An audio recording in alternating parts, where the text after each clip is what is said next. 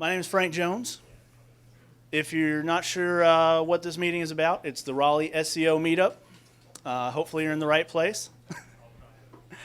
So I wanted to really quickly go over a few things that we've got going on with the group before I introduce Cole and Lee here. Last week I sent out an email with a link for anybody that is doing freelance work, freelance SEO work. I'll send that out again a week before our next meeting, so in about 3 weeks, if you happen to miss that. What we're trying to do is put together a list of SEO freelancers, so that way when I get approached from different people asking for referrals, I know who to refer. I already have our sponsors that I can point people to be able to help them with their larger projects, but if anybody is looking for a new hire or someone to bring on part-time, temporary kind of thing, that's what that list will be for. Did anybody notice that in the email? Quick show of hands or applause or something. One person noticed it. Awesome. So now you guys know to look for it next time. Also, this month is our first month that we are on Periscope. So we're trying that out instead of Google Hangouts. It's a little bit easier to set up. Push one button on the phone, put it on a little tripod there, and walk away. We'll see what happens. And we also have Fanbase here doing the video for this month as well. If you guys hadn't noticed, last month's video looks a lot better than any of our previous months. And so we're going to be able to continue to have a lot higher quality video. If we could get a quick round of applause for them for setting that up and making those videos watchable. Thank you. On our list of speakers that we have coming up, not all of them are on the Meetup page yet, but we have been working behind the scenes getting people lined up. Next month, in October, we have Bob Mistia from Leeds Nearby that's going to be talking about SEO minimalism, the basics for getting SEO set up. And Patrick has got a really cool speaker lined up for November. I'd like to have him do a quick introduction on that one if you guys have missed it so far. Good job, Patrick. I think somebody's... Hey. How's everyone? How many people know who Rand Fishkin is? It's about half the room. Rand Fishkin is the founder and former CEO of Moz.com. He co-authored The Art of SEO. He co-founded inbound.org. I don't think we could have gotten a better speaker, to be honest. He was literally on our top 5 dream speaker list, and we happened to catch him when he's going to be in town. So he'll be joining us in November.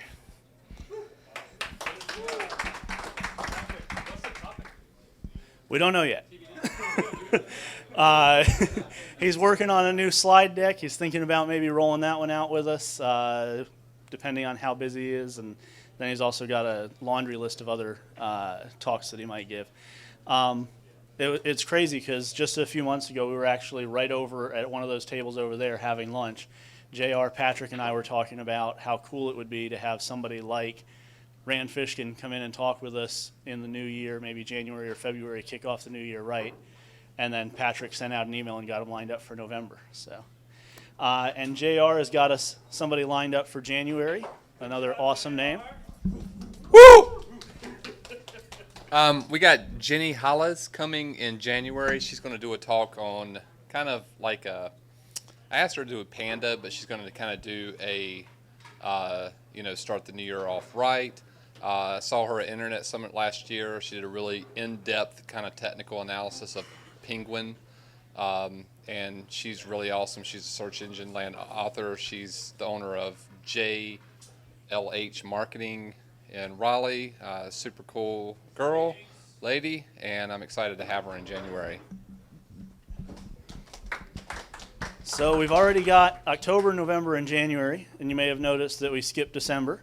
That's because we're going to keep the traditional December social gathering, which will be back here. And it'll just be a social event for everybody to network and hang out rather than having a presentation. And we're already getting started on filling up the calendar for next year, so we got a lot of great names for you guys. And let's see, what am I forgetting? Internet Summit. you mentioned it and reminded me of that. We have a discount code for any of you guys that are planning to go to Internet Summit. That last email that I mentioned that I sent out about a week ago that 2 people saw, that has the discount code in there. So dig through your inbox. It's worth $50. So that's worth opening the email.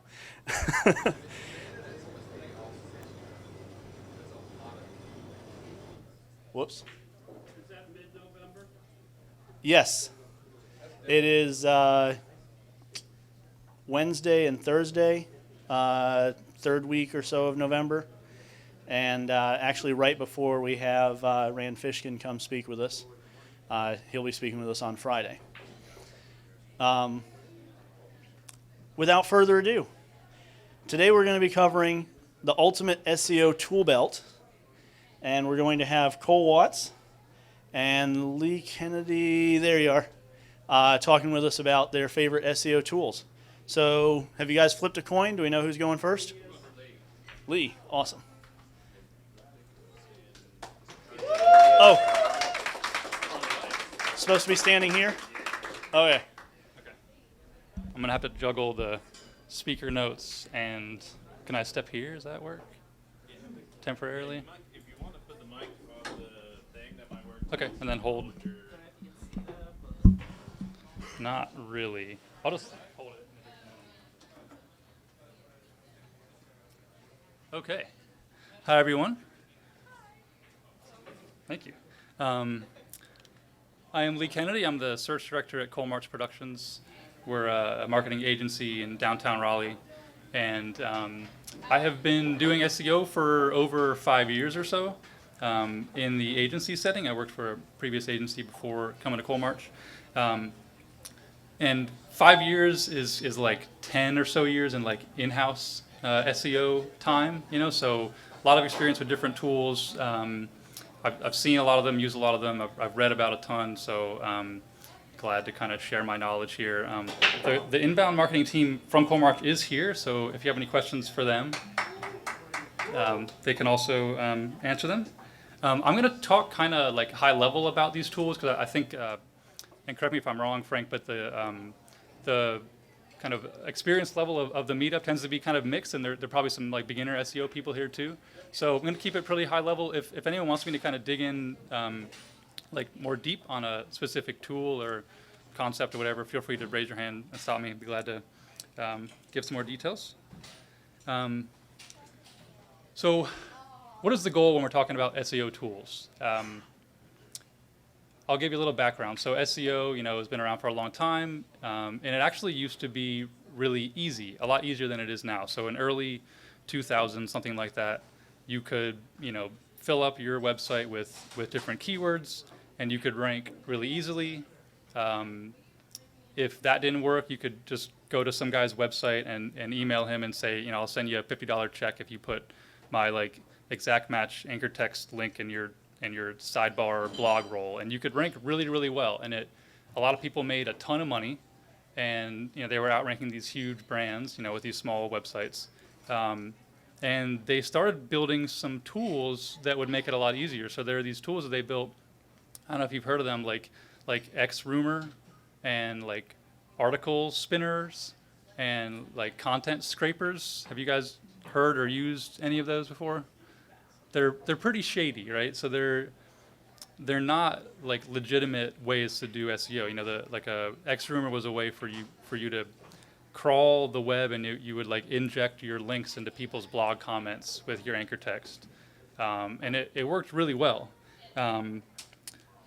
But that's not what I want to talk about today. Like SEO has like kind of it can have like a shady reputation, and I don't want that to be the case anymore. So when I talk about tools, when I think about doing SEO, when I think about, you know, what tools do we use, I'm thinking about like tools that can just make your job easier, tools that just make you like a good business person, and not just like automating your job. So this is not what an SEO tool is supposed to do. You're not going to be some woman on the beach in a hammock. You know, you hit a button and you have a million links, and your job is done. What I want you guys to be thinking about is let me be creative in the way I want to do SEO. You know, what is my unique value proposition with my website, with my company, and how can I leverage some tools to get the word out and to basically be more efficient with my time.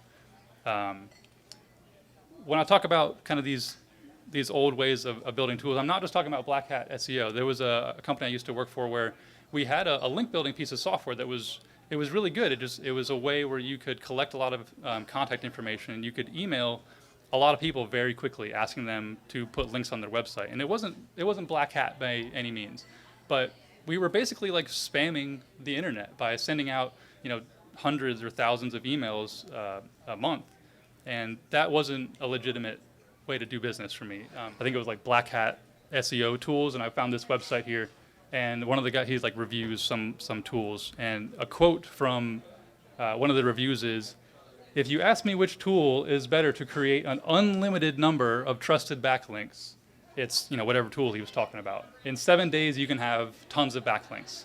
That's not legitimate SEO to me, and that's not what. A little bit closer so people in the back. Okay. That good? That'll come up. Okay. Yeah. Thanks. Or will it stay? Yeah. You keep talking. Okay. I'll do this. There you go. Thanks. That's good. Cool. All right. Okay, we good in the back, everybody? Excellent. Thanks for coming and asking, saying something too. So yeah, this is not what I'm talking about when I talk about SEO tools. I'm talking about doing business more efficiently. That's what I'm talking about. And really, like the tools that I'm going to be talking about are just catalysts. They're a way for you to do your job better, do your job faster, and really, like, you know, there's some parts of SEO that that you have to do, and they tend to be kind of more manual, like sending out emails or collecting contact information. Those are the kinds of things where you can be using tools so you can free up your time to do the more of the creative work. The 3 groups of tools that I'll be talking about is awareness, productivity, and efficiency. If you need an acronym, APE is a good acronym. This is your APE. The awareness is, I'm talking about real-time SEO reporting of your SEO efforts. You need to know how your website's performing in multiple different ways. You know, what's the goal? What are you trying to achieve? And are you able to track the progress with that? Productivity. This is kind of just a general, you know, business tool. You know, a goal is removing any kind of obstacles. You know, we recently started using Scrum at Colmart, so, you know, the Scrum Master idea is in my head, so removing obstacles is something that we really focus on a lot. So how can you do that? Free up, you know, prevent distractions, free up your time. And then efficiency is kind of the more specific, like, SEO section of, you know, how do you focus on the right things, spend your time on the right things. I've got to scroll twice whenever I do this, so okay. So awareness. 3 main problems that you solve here. How is the website performing? You know, if you have a benchmark for how you're doing. What is the goal of the campaign? And then how will you determine success specifically? Tons of tools you can use for this. Analytics is a big one. Search Console is another one. Call tracking metrics is a tool that we use to track conversions. So with the how is your website performing section, this is the most basic part of SEO. So if you're new to SEO and if you just launched a website, get analytics on there. Is anyone out there that does not have analytics on their site, doesn't check the analytics on their site? Okay, good. That's what I thought. Oh, you should do it. That's really helpful. I figured pretty much everyone has analytics on the site, but the point is to really get in there every day and get to know it really well. You know, the ABCs of acquisition, behavior, and conversion, really important. There's a lot of people out there that have analytics and they jump into analytics, but they might not use all the features of it. So if you guys all have analytics, do you, like, who uses the, like, multi-channel attribution report in analytics. 2 of you, right? So there's so many things out there that Google is adding, new features that they're adding, and jumping in there and testing it out and reading about it is really helpful. And like, for example, Search Console is really good, what used to be Webmaster Tools. Lots of new features in there. It used to be, I don't think a lot of people used it. You know, you'd kind of sign up for it to verify your site, but then you kind of didn't use it because you weren't really sure it's coming straight from Google. You're not really sure how valid the data is, like the links that they give you. Like, is that really a representative list of the links that you have to your site? You know, is that 10% of your actual links, or is it, 50%? I didn't really use it that much, but they've been adding some really good features lately. One example is this screenshot right here. So I just jumped into it, a couple days ago, and this new like search analytics section is really interesting. So you can have all these metrics like clicks and impressions and average position and things like that, and then you can check that against like the pages on your site or the keywords that you have or your devices. And you can actually customize the date range that you're looking at this now, which is something that is new to me.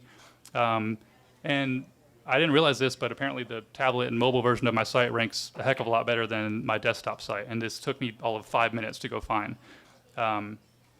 So the whole point is to kind of go in this every day. When you first get into the office, the first 30 minutes, drink your coffee, check in your analytics, and just your point is to like internalize the health of your site. I was thinking earlier about, when you're like about to get sick, like as a person, and you feel that coming on like 12 to like 48 hours beforehand. That's kind of your goal for checking out the analytics of your site, because SEO is, because it's not as simple anymore. It's not just about like anchor text links to your site. It's a lot more subtle in the changes that happen to your site and the changes that happen to the algorithm. They're not just like overnight, unless you're talking about Panda and Penguin. So if you can kind of keep your finger on the pulse of your site and kind of be in it every day, you're going to be, taking a big step towards having a good SEO campaign on your site. What's that? Oh, yeah. Okay, so do you think that your site ranks better for tablet and mobile because your site is mobile friendly? That was my guess. Yeah. I think because the images tend to be a pretty big issue when you're talking about site speed, and I think that on desktop, because they're loading these full images, it slows it down a whole lot, and that might be a factor also. Yep.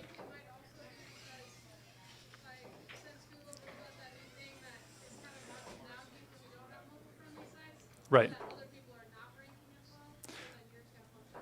Yeah, it's a good point. So to repeat the question, they both asked, do I think that I rank better in mobile because of the mobile get an update? And she asked, like, basically, is it because my site does well in mobile, or is it because everyone else that isn't mobile optimized kind of dropped? It's probably the second option. It's probably what you're saying, because I haven't really changed the layout of my site in a while. So it's not like I went and updated it and now it ranks better. They probably, and mine's based in WordPress, and so it's naturally optimized for mobile. So I probably just, a lot of people dropped, and I'm higher now. So just really interesting to jump in there for 5 minutes and check something out like this. And then just a quick takeaway, just because it's kind of a hot-ish topic right now, the whole like referral spam, ghost spam stuff in their analytics. Who has those problems right now with their site? And who has like taken care of them and they're fine? Okay, a couple of you haven't. So a really good way to do it is most of at least the ghost spam part of it, where they're not actually visits to your website. There's someone just pushing the data to Google, and it messes with your reports.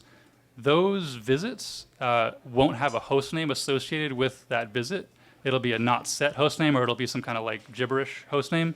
If you go in, you add a filter where you do an include host name filter, where you include, you only show your host name, it will exclude all of that spam. So that'll be a good way to kind of clean up your reports and have that good baseline. Okay, so that's, are you tracking your analytics? Next is make sure you have established a clear goal. And this is pretty basic stuff. If you ever read Avinash Koshuik, however you say his name, any of his posts, he always talks about start with the business goals. So if most people I would imagine in here they do SEO for their company or they work for an agency, but they're not like the business owner of whatever website they're talking about. So you need to sit down, have a conversation with them, and say, what are your goals? What are your goals for the quarter or the year or the next 10 years? And it might kind of surprise you. It could be brand awareness. That's going to be a completely different goal. You're looking at impressions and visits. It could be an e-commerce site, so you want to just sell more things. But don't make any assumptions. If you're working with an e-commerce site and they might have a new initiative where their sales are doing fine, but in this the holiday quarter they might want to push a new product line. In that case, your goal is not going to be e-commerce. It's going to be page views to this new section. So make sure you start with the goals of the business, and it's really important to communicate whatever you come up with to the stakeholders. And the takeaway here is get everyone to participate and create a dashboard. A lot of kind of the business owners, they won't really look in their analytics, or if they do, they're not familiar with it enough to learn much from it. So create a dashboard. This is a dashboard that we use at Coalmarch for some of our clients for a PPC campaign. It's really, really basic. It just has some basic metrics on the left, and I know and I tell them that if that CPC is lower than $10 and the conversion rate's over 10%, then we're profitable. And you can show them, okay, this is how much you spent, and this is how much these leads are worth to you.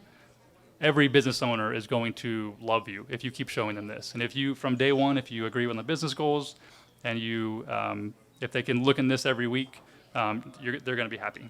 Lastly, with the awareness level is how do you specifically determine success? So this is about setting SMART goals. So let's say you did want more brand awareness, more page views from some new product line. Define what that is. The SMART is the specific, measurable, actionable, realistic.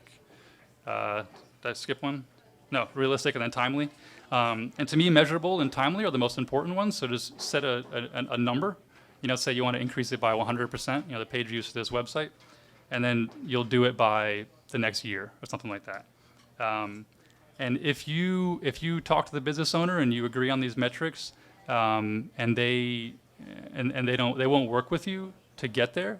There's a lot of times you work with someone, especially if it's a small business, they need to create some content, or they need to describe to you what their unique value proposition is. But if they won't do that, if they think that, like I said earlier, SEO is just this magic button and you just hit a button and you rank really well, then avoid working with them. But if you can get on the same page, it can work out really well.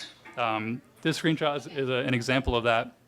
There was a friend of a friend who he runs a climbing guide service in Italy, and he wanted more people from the United States to find his website and use his services. So I did some keyword research and determined that there are these different mountains in Italy that get a lot of search traffic. People want to hike them. And I said, all right, create pages with all the information that you have in your head for these different mountains.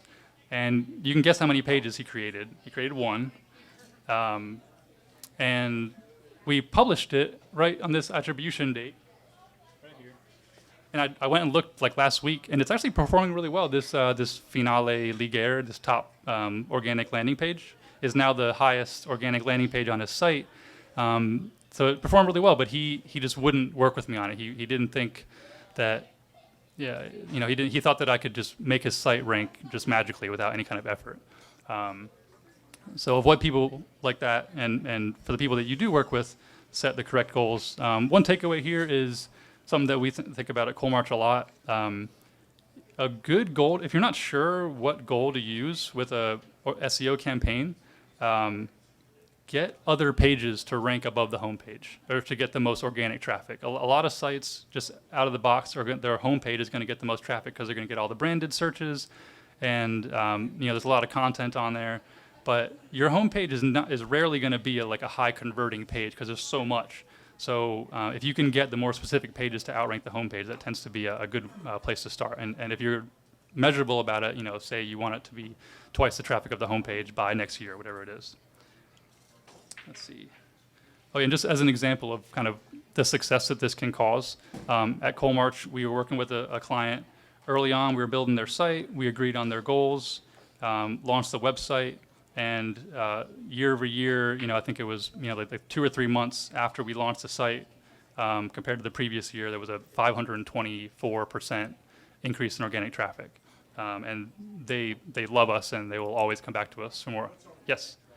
Oh, Google, searching in Google is organic traffic.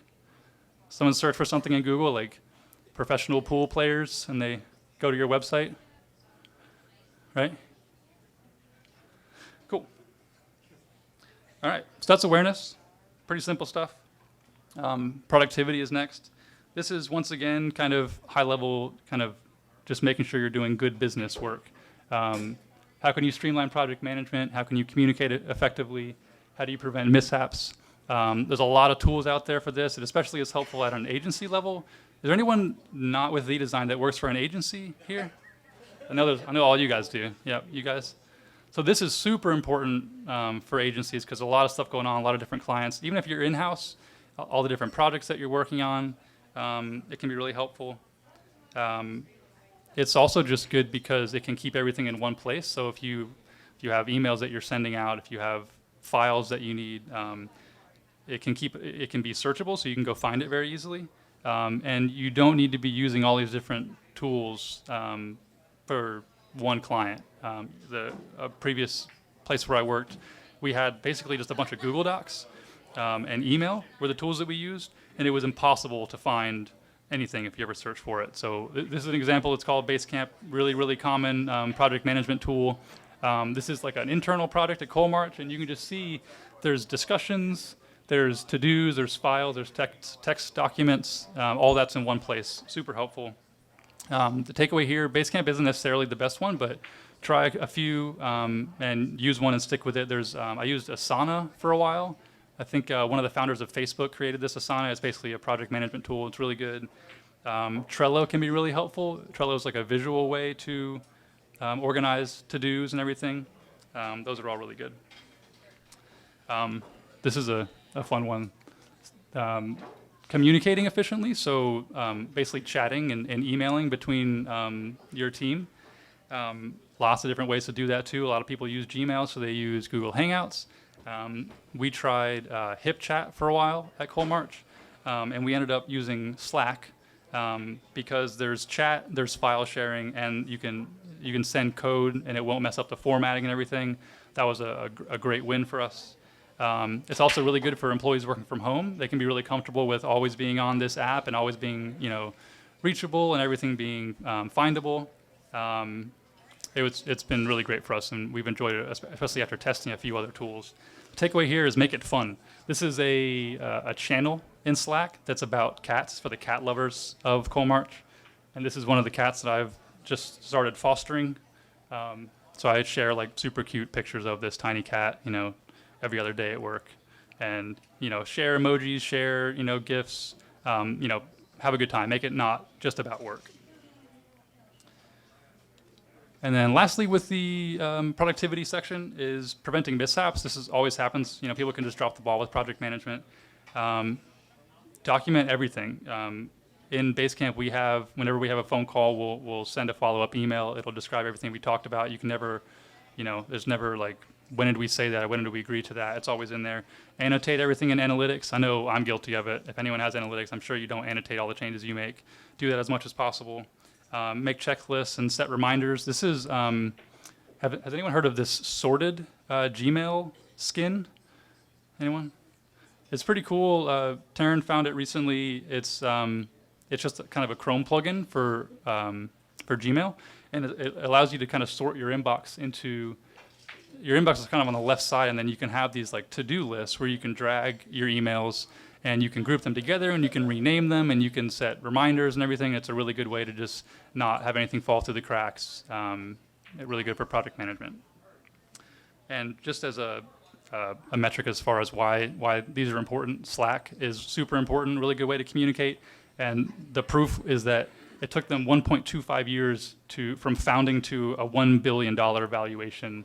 It's the fastest company ever, so clearly there's a lot of value there, and we've really been enjoying it. All right, and then lastly, efficiency. This is kind of the specific like SEO part, the kind of the day-to-day, what do you actually do with tools. Lots of tools here. It would take forever to go through all of them. I'm going to hit a couple high notes, and the three kind of sections for this is performing research. Really common first steps in any kind of SEO campaign. How do you implement the changes effectively? Pretty standard. And then analyzing your progress, any kind of like campaign measurement, in addition to analytics.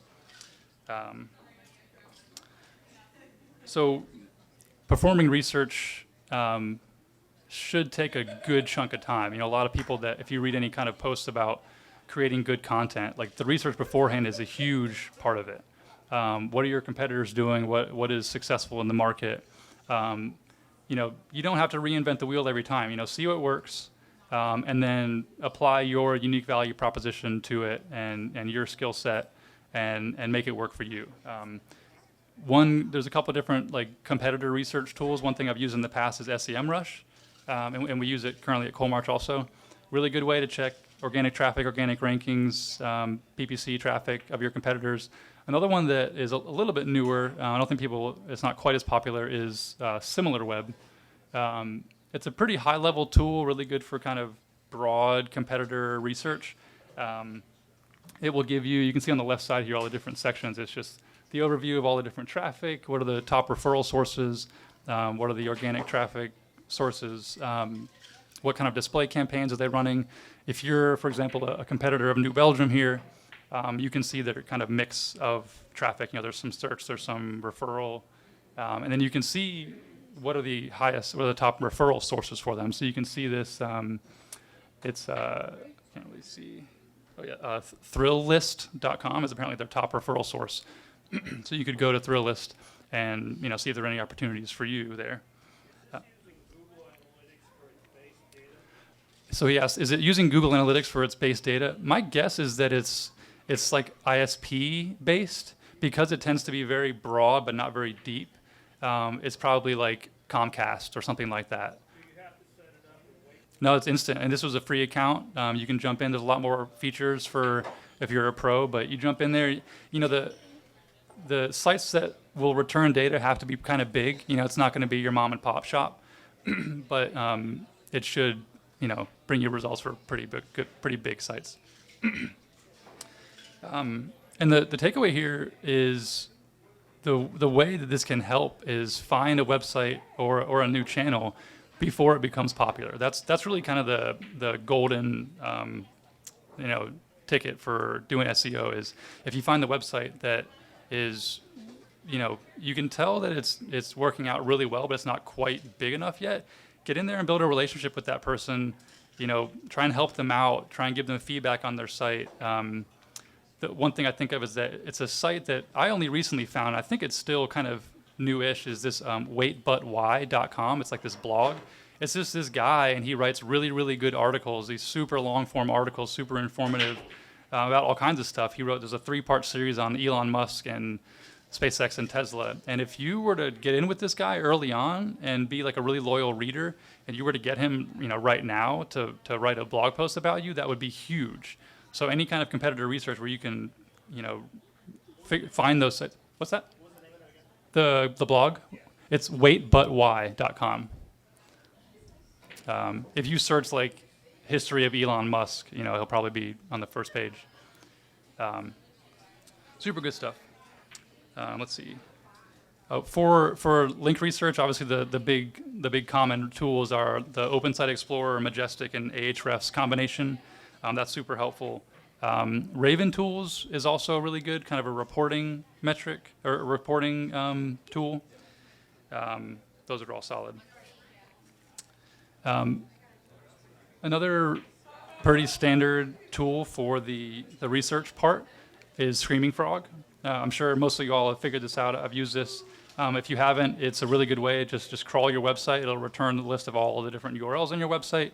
It'll give you all kinds of information about that. And they recently released an update that's that I think you can check for like analytics codes and some new things on there. It's really helpful. And then if you just export that into Excel and do some Excel magic, you can find some really actionable things, and it takes you 10 minutes again. Really simple. This kind of stuff where you're crawling the pages of your website, super helpful, because the architecture and schema stuff is going to be really useful going forward with Google. To me, there's kind of 2 parts of SEO. There's the on-page and off-page. The on-page is just making sure that your URLs are clean and that your content's not thin, and that you don't have any 404s, and cleaning all that up. And this is the perfect way to fix that. You can check for schema markup. Now that Google is no longer returning the 10 blue links, if you can get in there for with like, it used to be the authorship markup, and then there was the in-depth articles, and you can do video snippets. If you can get in there early and differentiate yourself in the SERPs, you don't have to rank number one. You'd be on the first page and still get a bunch of traffic. Obviously, the knowledge graph is really big. So if you can show up at the top in that like one box area, that's going to be super helpful, and that kind of goes hand in hand with the schema thing. And the takeaway with that is Google used to use this website called Freebase, where they would store a lot of their kind of knowledge graph, like entity association stuff.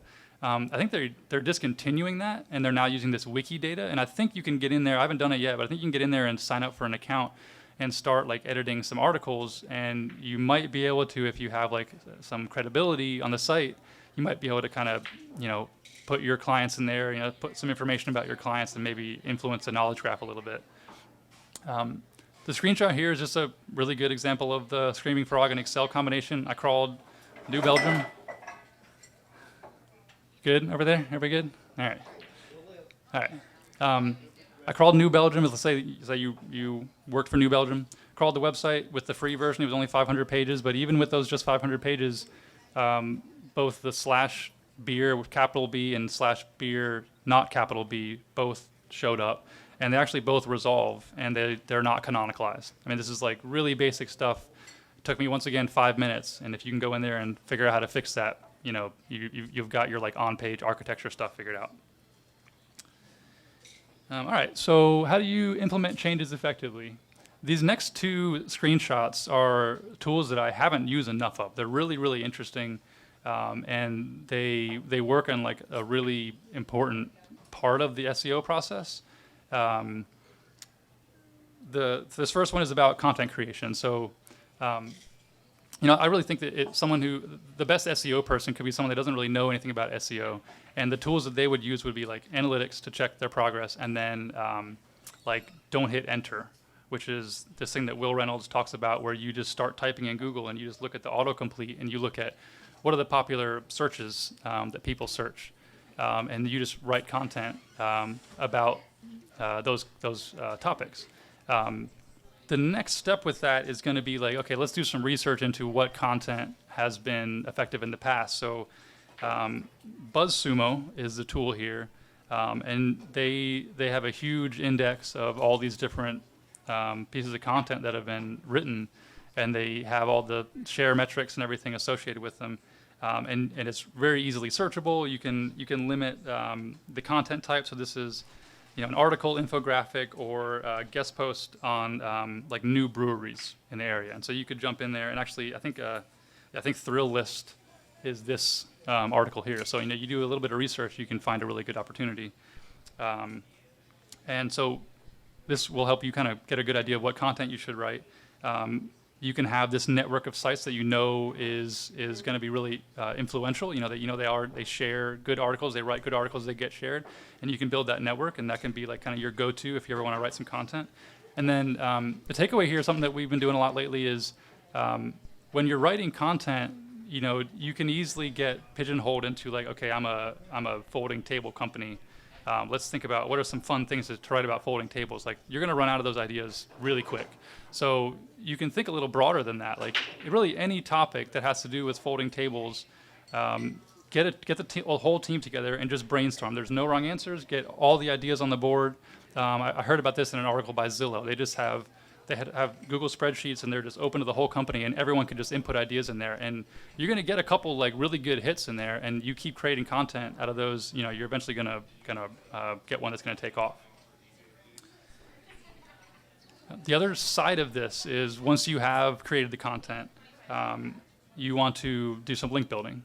And when you're no longer just trying to get an immediate link, it's about building a relationship. And when you're building a relationship, you don't think about SEO, because that is the worst way to approach it. It's not about what is the value that this person can bring me today. One good tool for this is BuzzStream. So this is a way to, it's got a really good combination of tools. So you put in the list of URLs, let's say a list of URLs you got from BuzzSumo, it'll go and collect all the data. It's kind of that manual process that you have to do in SEO, but this tool can do it for you. It'll give you all the emails of the people, or the Twitter handles of the people. You can then sort by like influencer level or website authority, or if you've talked to them before, if anyone at your company knows the person, and you can have this list of people that you can reach out to. So that's kind of a two-part, like, really good way to use these tools. So you find out what's really useful, really shareable content, and find a list of influencers that you can share it with, and you'll get some good links out of it. But the point here is not to have this overnight result. When you're talking to someone, and something that I talk to my team about is, don't think about the immediate result from them. If you really want it to make it work, contact them as if you will use this relationship in 1 year. So reach out to them, just ask them, comment on their latest post, ask them questions about the website, give them insight into what you think should be next, and they'll actually love you, especially if it's a smaller site. The smaller the site, the more that's going to mean to them. And then in a year, like the Wait But Why example, in a year, you may know them, and they may be someone you can just email out of the blue. Twitter's really good for this too. If you communicate with them on Twitter, you could be like, hey, I have this topic that I wrote about. I think it's really interesting. It might be relevant to you, and they will love to share it. And that's just a really good way to kind of push that flywheel, remove the friction, and get some good links. The last bit about this is just analyzing progress. I'm sure a lot of y'all use Moz. This is Moz Local. It's just a good dashboard for doing local link building. The idea with this is that, once again, you're not looking for overnight results. So the work you do now will help in 3 to 12 months. You need to be removing that instant gratification, part of you that is going to want that, and just use these tools to just track your progress. And you'll, if you're working on it long enough, you'll see that result. Like the graph of the one page that guy wrote.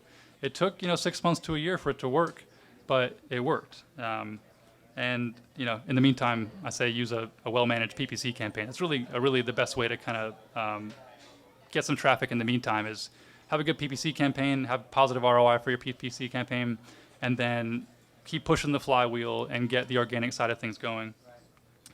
Moz Local is something that we use at Coalmarch. I think the design team uses White Spark, if I'm correct. Both of them are really good. And then lastly here is tracking keywords. There's a lot of keyword trackers out there. This is just the Moz Pro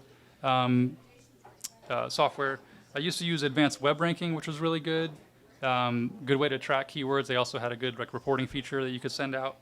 I kind of hesitate to track keywords. Like at Coalmarch, we tend to not really think about links or really even keyword rankings.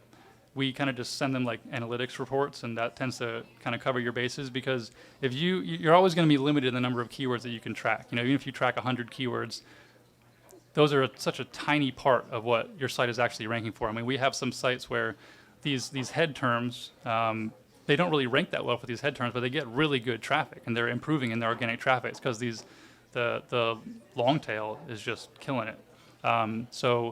Whenever you're tracking progress, take it with a grain of salt. I would spend more of your time in analytics and spending more of your time creating the actual content and being creative than trying to analyze every single ranking increase. But focus on creating the content, push the flywheel, and once you do, you get the list of websites that you can reach out to. What kind of content is helpful, and it'll end up being a lot easier. But celebrating your wins, learn from your mistakes, that's always huge. It can be so easy, any kind of work, it can be so easy to just go home one day, whether you did well or not, and just know you're going to go back the next day. But take a moment to celebrate your wins and enjoy it. And just to show that this really works, we've been doing all this, we track all of our progress, and for Coalmarch, for the last 30 days, the conversion rate's 13.5%. We're not doing anything fancy. We're just being creative and using some tools that make our job a little bit easier, and it gets the job done. Yes. Yeah. So these are service-based clients, so it's just a phone call or a contact form, pretty kind of standard in analytics. This is total visits, because we do PPC campaigns and everything also, and you're getting some direct traffic with conversions too. Organic conversion rate tends to be right around there also. So you know what, I skipped over that.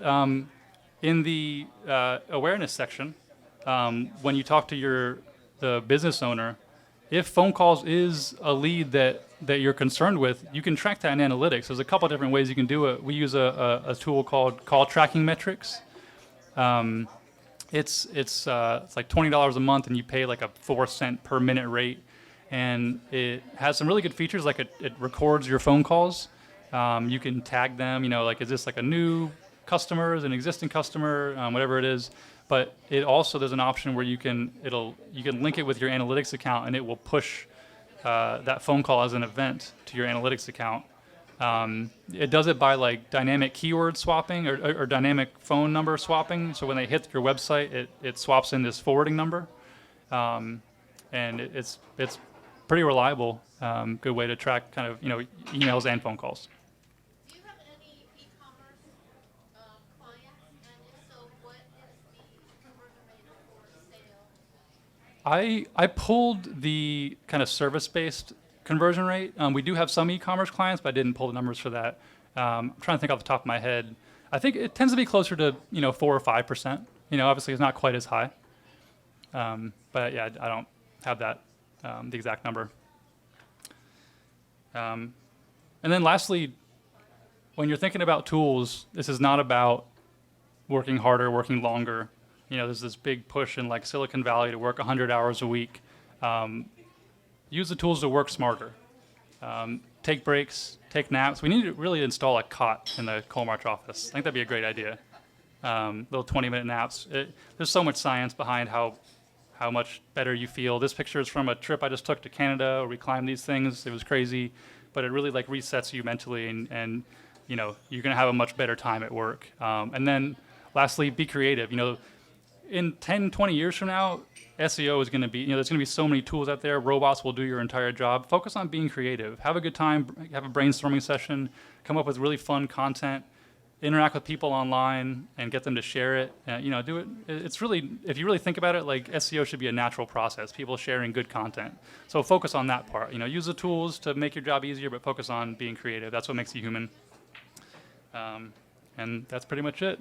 Yeah. Thanks. And just so you know, we are hiring at Coalmarch. If you know anyone that wants to join our team, use some of these tools. JT wants to join. I think Rob said he wanted to join, maybe? Yeah? You've been doing sales. You can try marketing. So yeah, spread the word. Thank you. Let's see if this is working. Awesome. Okay. So thanks again, Lee, for speaking before me. I'll try to make this quick and easy, guys. I know it's already 7:30, and I'm sure a few of us want to go ahead and get up, get another drink. Thanks again to Frank, Patrick, and J.O. for putting this together tonight, by the way. And so everybody's aware, I am going to be going over a few tools tonight. Again, we're talking about, SEO tools, as I like to say, creating the SEO Utility Belt. But instead of writing these down, I actually recommend you guys follow me on Twitter. I'm going to be tweeting around 8 o'clock a blog post that all of these are linked to that I've written at my company's account. So instead of just, writing it down, just listen to me. So before I say anything, it's important to know who I am and why I'm here. Similar to Lee, I work at an agency here in the Triangle. I work at The Design just right across the road, around 5 minutes from here. But like many of you, I wear many hats. Instead of just marketing, sometimes I'm creating content. Sometimes I'm like strategizing with clients. I'm doing a variety of things on my day-to-day basis. I also run a local organization like a few of you guys here do, called the Triangle Marketing Club. The Triangle Marketing Club, similar to Raleigh SEO, is a great opportunity for marketers here in the Triangle to get together and get to know each other. However, we talk about more things than just digital. If you guys are free, I highly recommend you guys taking a look at us, trianglemarketingclub.com. Also, as I'm going backwards, okay, and if you guys have any questions, you guys can always email me. I'm always up for a cup of coffee. My personal email is colinwwatts@gmail.com. So saying that, why are we here today? Many of us in this room are marketers. Many of us are online marketers in particular. But what does it take to be a marketer in today's day and age? Rand Fishkin, who Patrick got to speak in a few months, recently had a blog post, a Whiteboard Friday post, that actually brought up what is a marketer. Well, actually 3 things, and we need 3 things in order to survive. We need to be creative, which, we can all create a piece of content, be it a graphic design or, a blog post that we all wrote. We need to be strategic. We need to think about that long-term game plan. We can't simply just put something out anymore and hope people find it. We have to have a plan in place. We also have to be technical. I'm curious, who in this room considers themselves a technical SEO? 1, 2, 3. So these are the people you guys should probably be talking to. There are a lot of elements on the technical level that you guys are probably missing out on that could be helping your website rank today.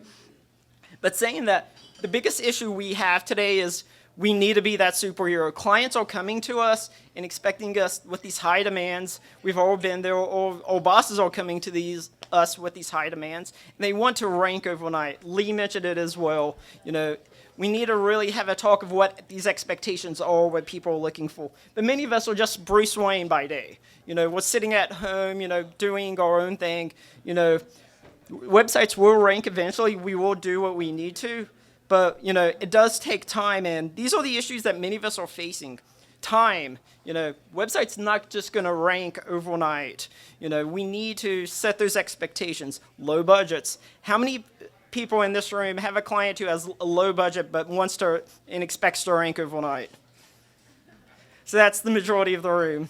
We're all having these issues, and that's why we're here today. We're here to find out tools to make our lives easier.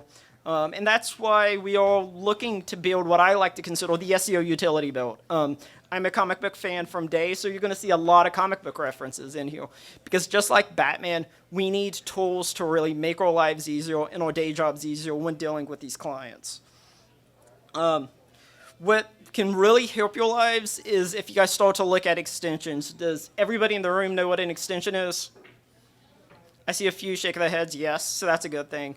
So extensions are small applications that you can add to your browser that give you added functionality.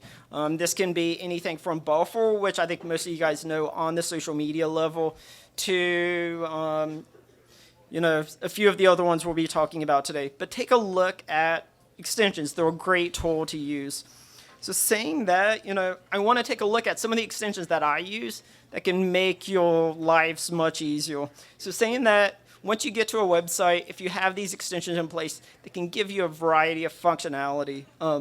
First one I want to talk about is PageRank Status. Now, I even had a conversation with Patrick earlier today, and I'm sure he's talking about it right now. PageRank is an outdated factor. I'm well aware of that, guys. If you're in SEO, as Lee smiles at me, nobody actually looks at PageRank. It hasn't been updated in 2 years now, but it's a little tool that I use on a day-to-day basis to just get some more information from a website. You can take a look at the stats it actually gives you. It's more than just PageRank. Again, it's a Chrome extension. It hides in your browser, but it can give you a variety of information from traffic speed to, web speed to backlinks to even a quick, easy link to who is to find out more information of the website. Quick and dirty tool. Again, we're all looking for easy wins these days, and this is one that will give you that information. Next up, I would say take a look at Web Developer. We have only three technical SEO people, 3 people consider themselves technical SEO. Web Developer is a core extension that can give you a variety of information from just one simple plugin. It can outline images from you, can give you the alt information, can actually disable JavaScript from you when you visit websites. So take a look at it. Again, another quick and easy win for us. Next, I would say take a look at Redirect Path. I'm sure all of us are familiar, especially maybe on the higher level, of what a redirect is and the power a redirect can give to a website. Some websites you visit might just be suffering because they don't have a proper redirect from a previous website in place. So take a look at this. With this Chrome extension, you quickly visit a website. It can actually show you the redirect path of the website you're on. Again, quick, easy win, guys. Next, who's built a website recently? So I don't know how often you guys take a look at the website, but you can, once you visit the previous website, you can actually take a look at Built With. Built With actually tells you what the website you're using, or the website that you've built is using. So quick, easy plugin. Again, you guys can take a look. Oh, it has a button. Quick, easy plugin. Tells you what the website's built on. Tells you a few things actually as well, just like the plugins, or I forget, Drupal doesn't use plugins. What do they use? Modules that a website's using. So Built With is a quick, easy tool to use. So know these 4 applications. They're the quick, easy wins for you guys that you guys can use at home, at your day job to get quick and easy wins. Next, though, I want to take a look at a few other tools that you guys can be using. So I went over super quickly some very SEO tools. But these are the tools that actually I survive on a daily basis as a marketer. So Awesome Screenshot is a great tool. How many people works with somebody who works with somebody remotely who's not in your office?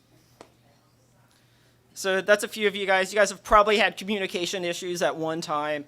It's sometimes hard to tell that programmer, that developer, or even that copywriter who's out in San Francisco, China, India, in Asheville, what exactly you mean. I highly encourage you guys to take a look at Awesome Screenshot. What Awesome Screenshot will allow you to do will actually allow you to annotate a picture. Instead of just using your typical print screen, you can use Awesome Screenshot, take a picture, draw arrows, actually write what you're talking about in the image.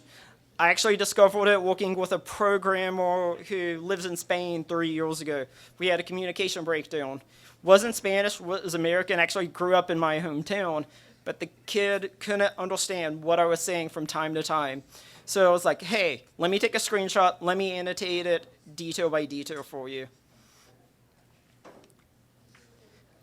Next, I would say take a look at Buffer. I'm sure everybody is familiar with Buffer in this room. It's a social media tool that allows you to quickly schedule updates. I don't know what to say about Buffer that hasn't already been said, but use it on a daily basis.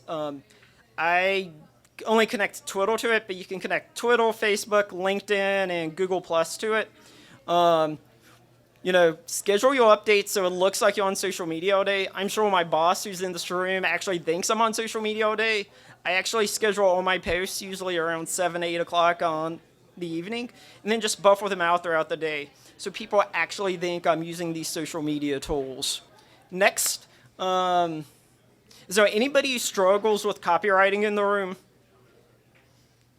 A few of you guys, take a look at Grammarly. Grammarly is an awesome app for non-copywriters.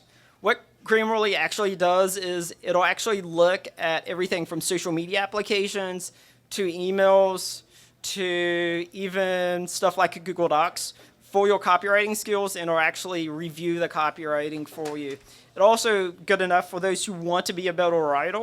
It actually sends you an email at the end of the month, tells you these are your common mistakes and what you need to work on. There's a free version of it, which is what I use. There's a paid version that says it's going to fix like 200 other grammatical mistakes. I'm not going to pay for it, I'll be honest. But it's a cool little tool. You guys can take a look at it right there. Again, Grammarly, great for non-copywriters, for improving email, documents, social media posts, and much more. So wait, there's much more. All of these are extensions that I just covered. You can add to your Chrome browser, but there are tons of tools out there. And Lee mentioned a few of them as well. BuzzSumo is a great tool for creating content and getting content ideas. There's a few others that I'm going to cover as well. Screaming Frog is the #1 tool. Honestly, everybody in this room should be using.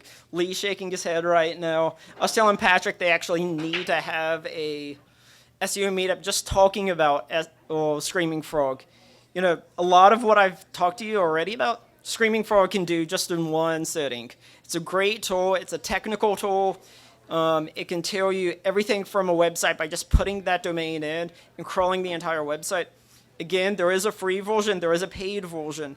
The free version, I think, only covers 500 pages of a website, whereas the free version covers 500 pages, where the paid version covers unlimited number of pages. And then everything else, there are tons of tools out there, guys. That we probably should be using as music starts to play. Wow, I'm being kicked off already. So anybody in here in a sales role besides Rob down at the end?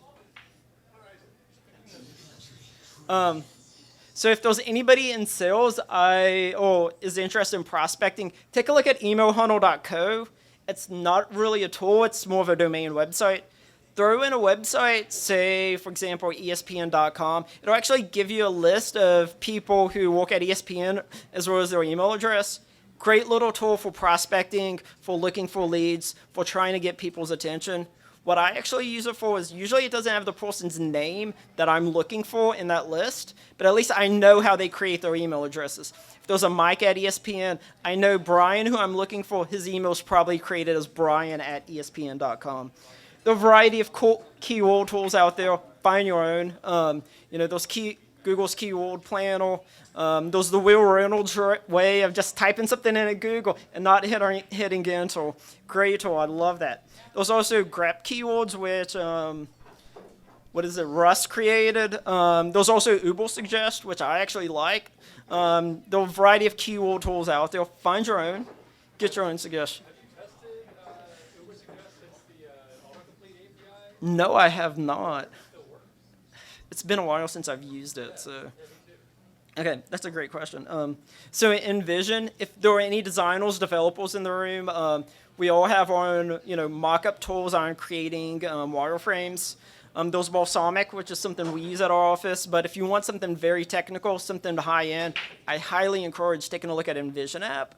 So Envision app, as I get a yes from Gabby, Envision app actually allows you to create the entire wireframe, but unlike something like Balsamic, which is just image after image, you can actually create the entire process. So I actually did this for a startup I know out in Charlotte.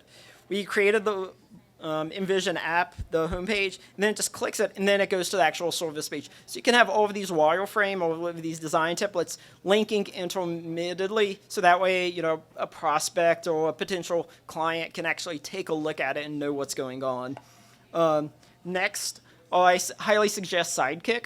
So for those who use, in particular, Gmail or Google Apps, I believe you can actually get Sidekick now for Outlook, if I'm not mistaken. Use Sidekick. Sidekick is a tool actually created by HubSpot. It allows you to send out an email, but it has a cookie on it. So when somebody opens up that email, you get a notification that the email is opened up. I highly do not suggest using mass emailing with this, because if so, your entire screen gets covered up, which I have had experience using, that 1,000 people are opening up an email at the same time. But Sidekick by HubSpot, great tool. I've used it for Gmail. I know it connects as well with Outlook on the paid version, but the free version is for Gmail and Google Apps, which is what I use.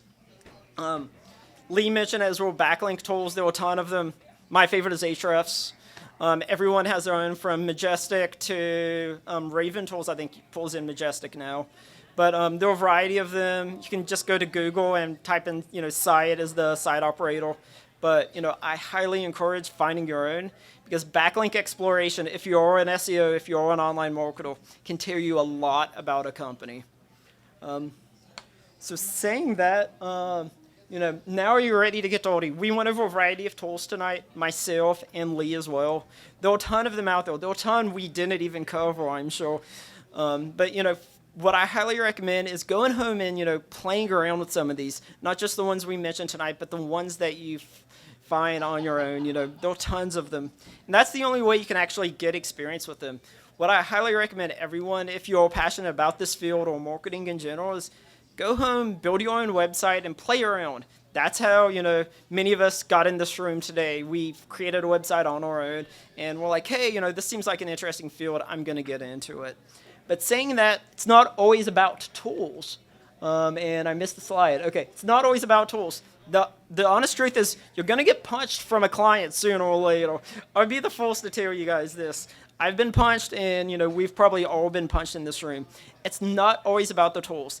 As Lee said at the very beginning of tonight, it's all about setting those expectations and those goals with the client. That actual conversation you're having with them. That's what really matters at the end of the day for online marketing and marketing in general. Knowing what the client's expectations are, knowing what they want, and knowing what you can actually provide. Yes, sooner or later you're going to be punched, especially for those new to the field. But once you get used to that, once you actually know how to communicate properly with the client, you'll be able to be successful in this. Similar to Coremarch, we're hiring, guys. This is a few members of the Designs team here. We're hiring on all levels. If you want to get into internet marketing, talk to myself. Patrick, who's one of the co-organizers of this as well, is on the marketing team. He can tell us about all the good things. If you don't fit in a Coremarch, maybe you can fit in over at the Design. Last but not least, I mentioned to you guys there is a blog post that covers all of this. Those are QR code right there if you just want to scan it with your phone. Quick and easy way to find it. You guys can, of course, follow me on Twitter to get to it.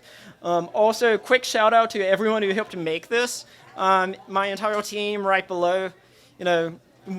I'm sure Lee would say he's not as successful without his team around him. I'm not as successful as I am without the team I have below me. So that's kind of all I got. I went over a lot of things. Do you guys have any questions?